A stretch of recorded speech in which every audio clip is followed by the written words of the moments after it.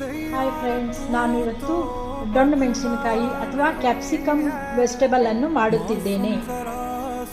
ಅದಕ್ಕೆ ಬೇಕಾಗುವ ಸಾಮಗ್ರಿಗಳು ಕ್ಯಾಪ್ಸಿಕಮ್ ಮತ್ತು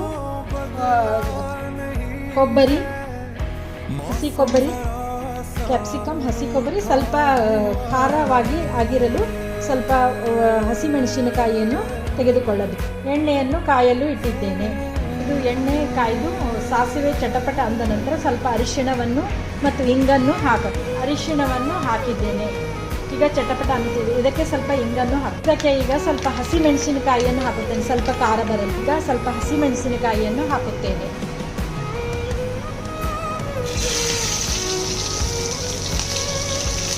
ಕರಿಬೇವನ್ನು ಕೂಡ ಹಾಕಿದ್ದೇನೆ. ಈಗ ತೊಳೆದ ಇದು ಕ್ಯಾಪ್ಸಿಕಮ್ ಅನ್ನು ಒಗ್ಗರಣೆಗೆ ಹಾಕುತ್ತೇನೆ. ಚೆನ್ನಾಗಿ ಹಸಿಮೆಣಸಿನಕಾಯಿಯನ್ನು ಚೆನ್ನಾಗಿ ಬಾಡಿಸಬೇಕು.